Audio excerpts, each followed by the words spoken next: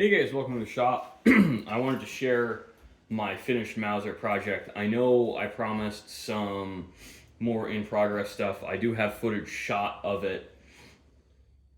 I just haven't had a chance. I'm going to have to do some voiceovers on it, which is a little bit of work. I tend to prefer doing one take, one shot videos. That's just my filmmaking style. Now, I'm probably going to tear this down and re-blue it. I'm not very happy with the bluing I did. I think it has room for improvement. It does have some splotches on it, and given that this is a showpiece gun, that's not acceptable. The checkering turned out all right. I'm pretty pleased with it. I haven't really cut that many mullered borders, and I didn't screw it up too bad, so that's a win. I think it really turned out beautifully. The stock, looking at it on my phone, it looks better on my phone color wise and grain wise than it does in person. I don't know why that is, but at least someone's happy with it. Now, for those of you not familiar with this project, this is a Spanish Mauser Sporter that I have rebarreled, and I did use the modified bolt. I didn't do the bolt, but rebarreled, drilled and tapped, and restocked. This piece of walnut, it's only got one color aberration I don't like, and that's right here on the fore end. I'm not sure why that happened, because I don't think that's sapwood, but you know, wood is a natural material, so you run into stuff like this. But I wanted to talk a little bit about the design choices on this, and a lot of them are cosmetic. Now, I haven't done many European style sporters with the shorter barrels, and this was actually inspired by a 9x57 I saw on Simpson LTD. It didn't have a loopholed scope, but it was in a very similar style to this, and I saw it and was like, you know, I really like that. And I thought about buying it, but it is way more fun and I think better for my skills to try new things on actions and projects like this, because this has been a really good advertising gun to impress customers. Now, no, not every customer says I want to have this kind of whole package, but they look at bits and pieces and they're like, I really like that. I really like barrel band sling swivels because for me, I'm very tall, so I appreciate having the gun a little bit lower down because it doesn't bonk on as many branches. And because I'm so tall, I don't worry about the buttstock hitting the ground. Now, shorter people will have different preferences. Some people carry muzzle down, I carry muzzle up. And I haven't really done a lot of horn butt plates. I'm probably going to take some pictures of that. I'll link them on either my Instagram or Facebook page. Probably both. I don't know. Some of you guys are older and aren't on the gram, as the kids are saying. And you know, there's a couple of really funny things I had to do to this. Now, I, for the sake of budget, did not bother purchasing a Sporter 98 trigger. It has a K98 style Timney, and what I did is I actually took a torch and bent the trigger back. I'm probably going to take a torch and bend it more again at some point, but that's a low priority. And I actually went, shockingly enough, with a Timney 2-position safety. Now, I would like to put a 3-position Winchester 70 style safety. That is my preference both for cosmetics, and I like 3-position safeties. I am okay on a controlled round feed gun with a 2-position safety that locks the bolt, because you can pick up cartridges just by doing this and cycle them through the gun. Now, this also has a swing out Oberndorf style floor plate, but we're going to talk about the cost of doing this work at the end and why I would recommend, if you want a gun like this, to use a Winchester 70. But overall, I really like the style. This handles really well. We'll turn it around so you can see the cheek piece. I think this is the gun's good side. It has a couple little errors in the checkering. You may or may not be able to see them online. They're small enough I haven't freaked out about fixing them, because there's a really good possibility I make a mistake repairing my mistakes and make everything worse and have to start over. So with that in mind, I have decided that I can live with the gun as it is. And so far, no one else has commented on what I think are glaring problems. So obviously, they're not that big a deal. But the Mauser 98 is pretty expensive to work on in today's day and age. When we look at, I've talked about them a few times, Granite Mountain Arms makes actions. Those are $2,500 on their own. You can find Duomo Mauser actions for sale here and there. Those are $500 to $900 for an action. And if you buy one of those, you have all of the nice fancy pants options, which is usually a 3-position safety. Not all the Duomo have that low swing. Some of them are a 2-position like this, and some of them are a trigger block safety to the right of the trigger, and they require a little bit different inletting. But they all have swing out floor plates, and they're all drilled and tapped for scope, except lately Sarco brought in Duomo square bridge guns, which putting a scope on one of those is a project in and of itself, and that those bases are not cheap. Those bases basically cost as much as this Leupold VX3 does new. So when you're looking at building on a double square bridge gun, if parts wise, you can be looking at $2,000 to $5,000, and that's excluding an optic. So, it's doable for a lot of people. It's a little much. So I think for average Joe Blow, if you're looking at, I want a really nice custom gun, I'm on a budget, I would say soup to nuts, all in, depending on how far you go. Like if you're okay with the factory barrel, you can go buy a brand new, you could get one of the super grade Winchesters, which are very good rifles on their own. I don't think they're as well done as some of the custom stuff. But in all honesty, I think they're very similar in quality to what my shop does. However, you have unlimited options in my shop. You're limited with the Winchester Super Grades. And the Winchester Super Grades, they won't do it on any other actions. So, unless you want a Winchester 70, they're not an option. But I like Winchester 70s and I recommend them. So, getting back into this, you can get a custom stock put on a Winchester 70 and be all in on that gun for about $3,000 to $3,500, excluding optics.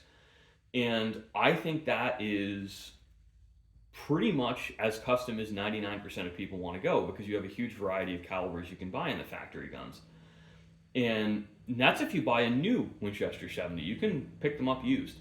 So the Mausers kind of don't make sense, but they've got a lot of panache, and I think that's the selling point with these guys. Is I like Mausers because they're Mausers. I don't like them because they're better than what's on the market today. And the thing with a Mauser is, for me, my first rifle I ever built was a 6.5 by 55 on a Spanish Mauser action I was given by a gunsmith I was working for. And this is a 6.5 by 55 on a Spanish Mauser action I purchased.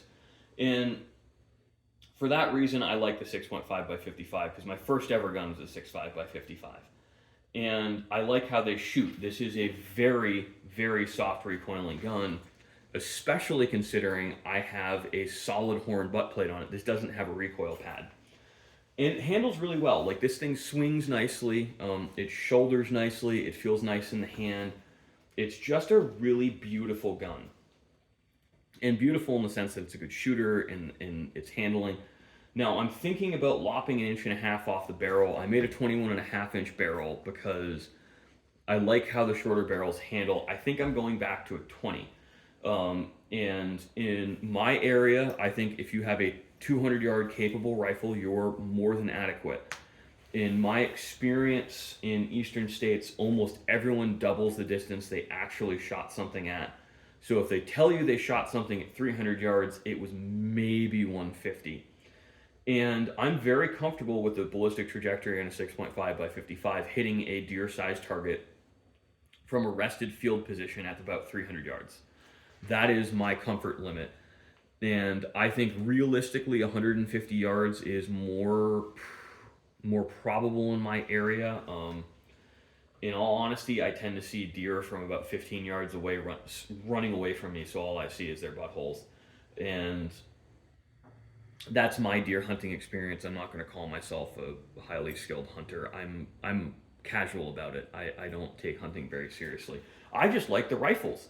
In all honesty, hunting for me is an excuse to get out and carry a rifle I built learn from what I like and don't like, and then build a better one for next year and apply those lessons to what my customers bring in. I love building custom hunting rifles for people because the PRS guns don't seem, people don't have the emotional investment in them. They don't love them as much. And my experience with those has really been that people shoot them quite a bit once and lose interest in them. People seem to stick with their hunting guns for a lot longer. And I have gotten these back already to get replacement barrels because the original barrels were starting to get shot out or the customer wanted to switch calibers. And I've only been in business now for about 3 years. So that's a really awesome to see that your customers love your products. They're using what you've done enough to actually wear them out to the point where it needs repair or rebuilding. Seeing that means you're doing something right. If you don't ever see your guns come back for a refinish or rebarrel, it means they're not getting shot enough. And if they're not getting shot enough, you're not doing it. It's not that intangible quality where the customer really loves the product that you've put together for them. And if it doesn't have that intangible, I don't think it has the staying power. If it has the staying power, that's awesome. Your customers are going to be happier. And you know, these woodstock guns really have that intangible that the synthetic stocked and aluminum stock chassis guns, they don't have that. So I'm clearly very biased. I have nothing against the chassis guns, and I'm trying to spread out and branch out more into that business because it's popular, and ultimately I'm a business. I want to make money and do stuff customers want.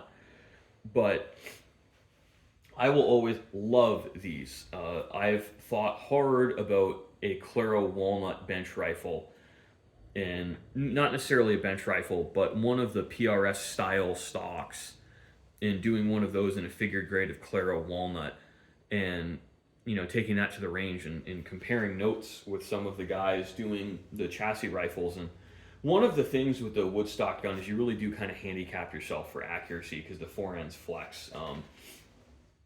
This gun, depending on how I rest it, what I've learned is I have to rest it here or else this forend's thin enough it deflects.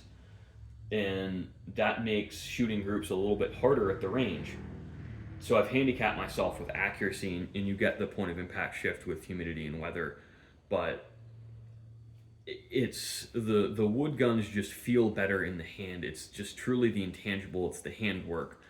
And I think Winchester is really the last mainstream company doing some very high-end, borderline custom woodstock guns. So I have a love for them. I've got a beautiful Winchester 70 in the, or not Winchester 70, Winchester 94. I have a Winchester 70 in the safe. So I have a love for them because there's a lot of panache. Now, I do own Remington products, but I don't have that same love for them like the Winchesters. I feel about Winchesters the way I feel about the Mauser 98 and just handling them and shooting them and dealing with them. They're just like nostalgia personified to me. And that is the emotional response I want when people get a gun. I've done custom work for them. I want them to be like, oh my God, I love this. This reminds me of something. It reminds me of this story, this experience. And you want people to emotionally connect with your guns because these are luxury products, and if people aren't emotionally connecting with them, I don't think that you're fulfilling all of what they're purchasing it for. People are purchasing it because they want something that they love and they enjoy. So that's why I have the style I'm doing, and I think it's a really interesting discussion because a lot of people don't consciously understand that, and a lot of gunsmiths I don't think fully understand that, even though they're capturing it. So it's something I just make a conscious effort for because I want my customers to love the work I've done for them. So thank you guys for watching. I really hope you enjoyed. I appreciate all of the support I get on this channel, and it's really awesome growing the channel with you guys. I've learned a lot doing it, and hopefully you guys have learned a lot too.